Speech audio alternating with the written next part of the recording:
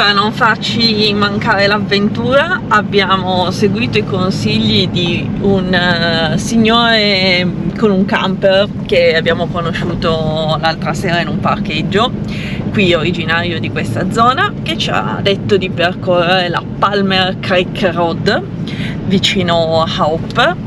E allora la strada è panoramica, ma la cosa più bella è che abbiamo visto un alce con i due piccoli, un rossetto che ci ha tagliato la strada, delle paperotte che si chiamano, non mi ricordo più, sempre lungo la strada. E adesso ci stiamo avventurando nella zona più remota. Dice veicoli non oltre i 30 piedi e che non superino le 5 tonnellate, perché ci dovrebbe essere un ponticello, e adesso andiamo a vedere.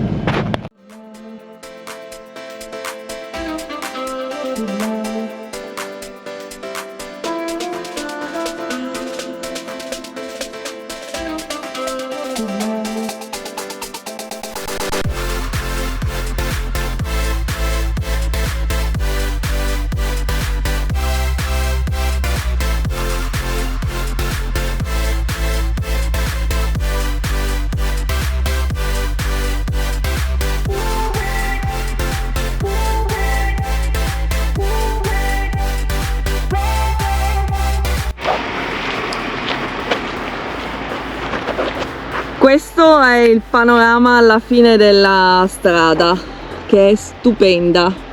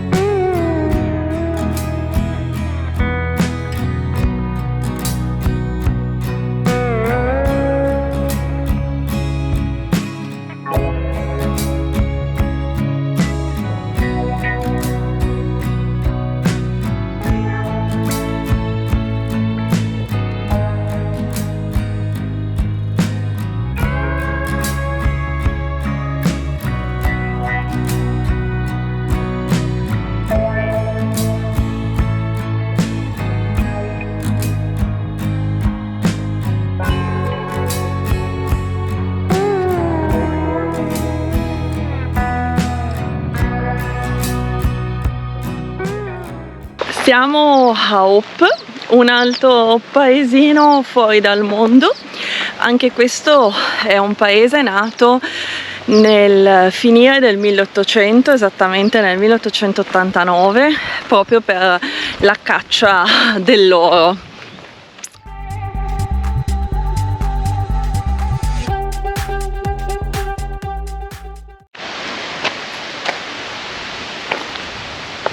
C'è una barca a vela smontata e sembra anche nuova, anche la carena appena rifatta. Questa casetta è del 1902 ed è stata un post office tra il 1933 e il 1940.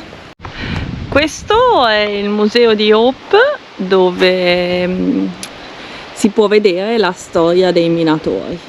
Un po' di roba abbandonata qua, solita ferraglia. che lasciano così.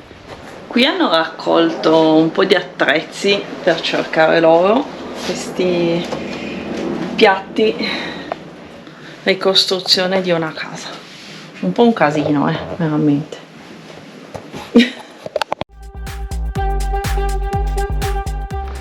Un altro edificio storico che è rimasto, guardate che bel bar. Abbiamo lasciato Hope e adesso ci dirigiamo in un altro posto che ci ha sempre incuriosito molto. Si chiama Whittier, è dopo Portage ed è collegato con il resto del mondo tramite un tunnel. Questo tunnel è stato costruito nel 1941 ed era un tunnel ferroviario, quindi potevano solo passare i treni che da Whittier andavano ad Anchorage. Poi nel 2000 questo tunnel è stato reso percorribile anche alle auto, così gli abitanti di Whittier, che oggi sono circa 220, possono liberamente spostarsi e raggiungere tutte le altre città dell'Alaska.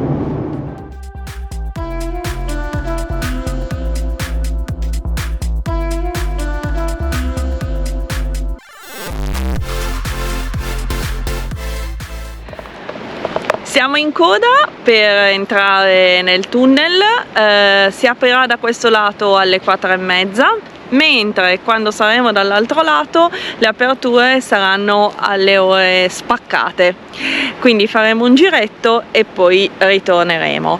Il costo è di $13 per un passaggio andata e ritorno nel tunnel. Laggiù si vede l'ingresso dove stanno adesso uscendo le macchine nell'altro senso e il tetto è triangolare proprio perché non venga bloccato dalle abbondanti nevicate che ci sono in questa zona. Un altro camperozzo italiano, è il primo che vediamo. È il primo camperozzo a Whittier. 2 mesi. È la prima targa italiana che vediamo.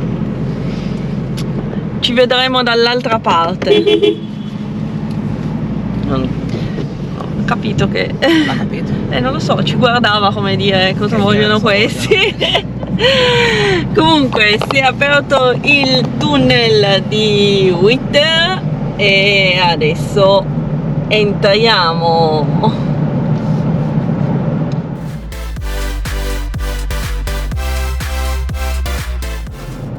Fa un po' impressione, entrare qui dove entra anche il treno.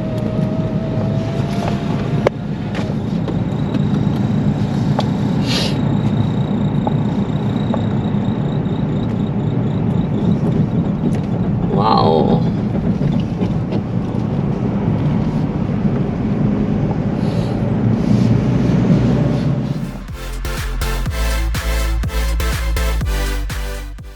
Come guidare in questo tunnel? È un po' strano. Claustrofobico. Camminare sulle rotaie è un po' strano.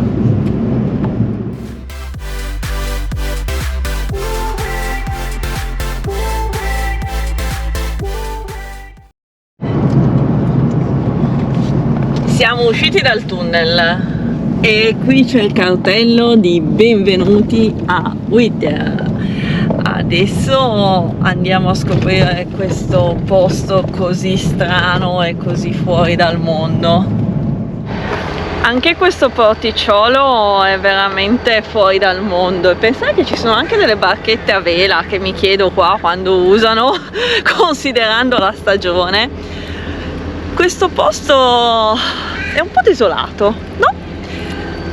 Sì. Non è vivo come le altre cittadine, questo tunnel lo separa dalla del mondo, civiltà. Il panorama è bello, però, che anche qui si vedono i ghiacciai, si vede il fiordo con l'acqua calmissima, non si vedono le uscite da questi fiordi, anche se è limpido, ma ci sono talmente tante montagne che sono chiusi, sembrano dei laghi chiusi. Quella è la parte del porto commerciale dove arrivano le navi con i container e poi vengono trasportati in tutta l'Alaska con il treno, quello che passa in quella famosa galleria.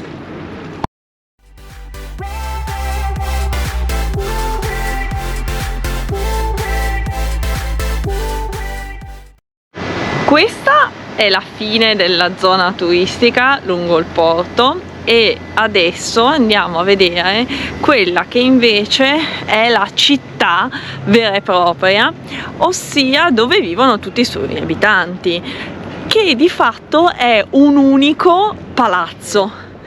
Ecco, questo è il palazzone orribile dove vivono tutti gli abitanti di Whittier. Vediamo se si può entrare, perché qui non è solo un palazzo ma c'è anche un negozio, un supermercato, perché d'inverno la zona del porto, quella turistica, fondamentalmente è tutta chiusa. È molto triste, mamma mia.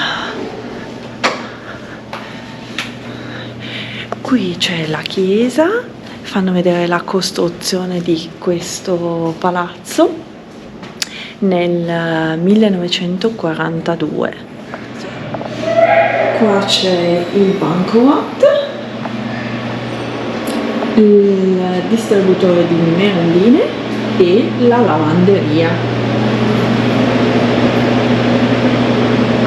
Avevo visto un documentario su questo palazzo e mi sembra di essere entrata nel film che avevo visto. Ah, qui c'è anche l'ufficio di un notaio, che è l'unico che opera in questa città, e ci sono questi corridoi lunghissimi, tristissimi.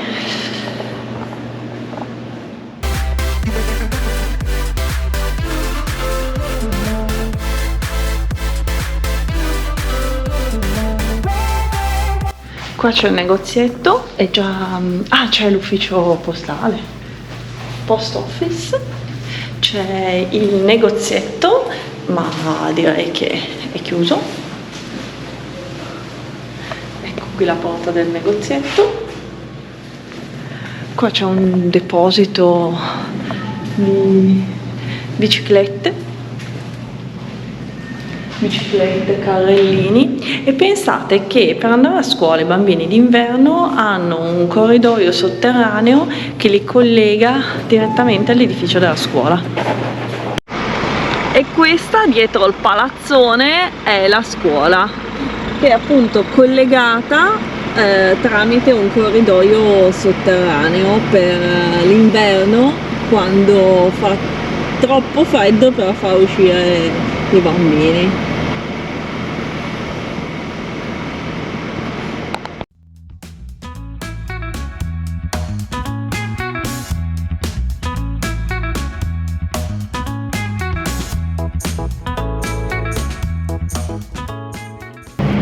Questi edifici invece sono abbandonati e in decadenza totale, purtroppo.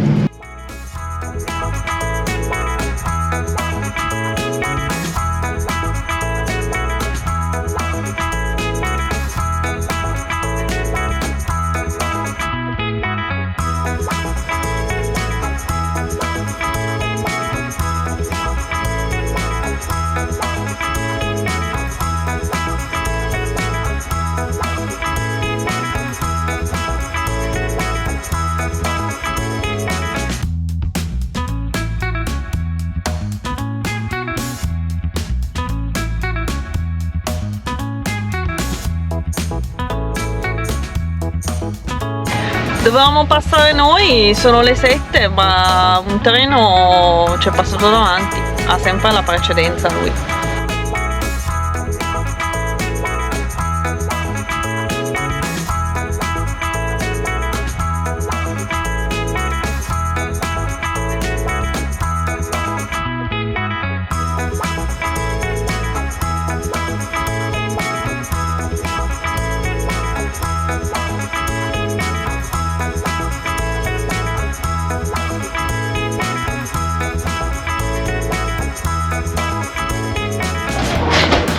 Oggi previsioni di brutto tempo, che poi non è così, e quindi siamo venuti nella capitale, Anchorage, per fare un giretto.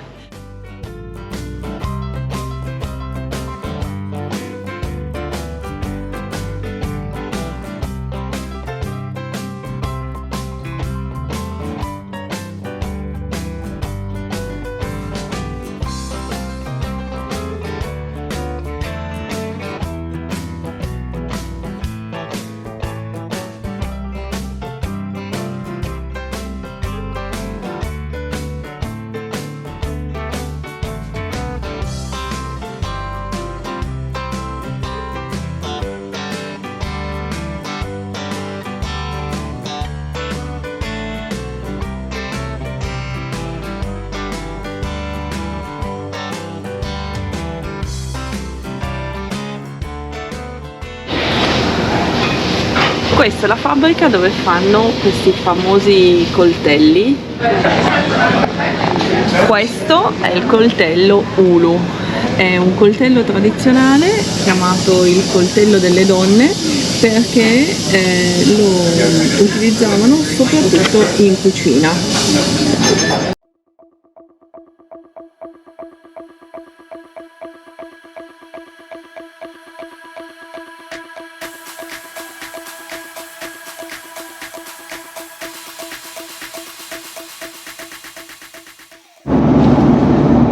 Abbiamo un po' la faccia stravolta oggi perché ci siamo dati alle faccende domestiche. Noi non amiamo tantissimo registrarle perché sinceramente ci sembra un po' poco interessante, ci sembra più interessante farvi vedere quelli che sono i panorami, i luoghi visitati.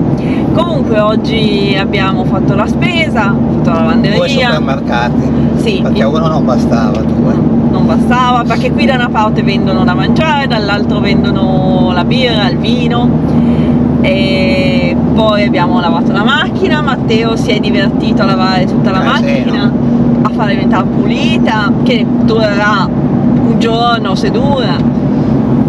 Io ho pulito la cellula dentro, che durerà mezza giornata se dura.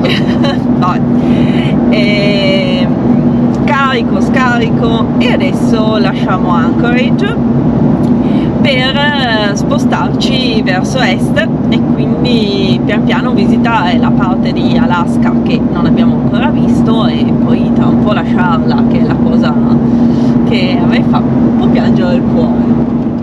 La nostra dose di sterrato quotidiano. Non abbiamo capito se siamo nel posto giusto o meno.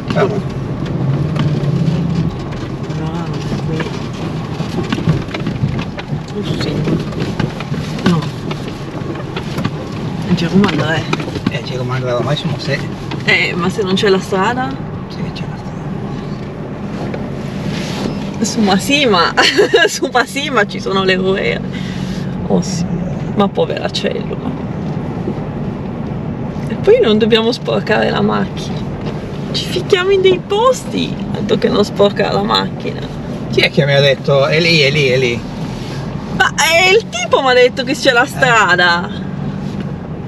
No, noi non possiamo comprare il camper. Perché se compriamo il camper lo distruggiamo al primo giro. Scusa, guarda dove si è messa la roulotte. Lì. Questi vanno ovunque. Le roulotte. Qua? No, lì c'è il fiume, sì, è lì, qua, eccoci, perché volevamo andare sul gretto del fiume. Ok.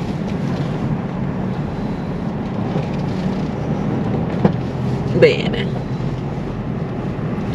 Quello lì è passato di qua, Ci vediamo. Non attaccato a quello che c'aveva il generatore, quindi o là o laggiù. E quindi ci siamo sistemati qua lungo il fiume in una public land. Non abbiamo fatto il guado perché il signore ci ha detto che ieri un Dodge si è piantato nel guado e quindi non...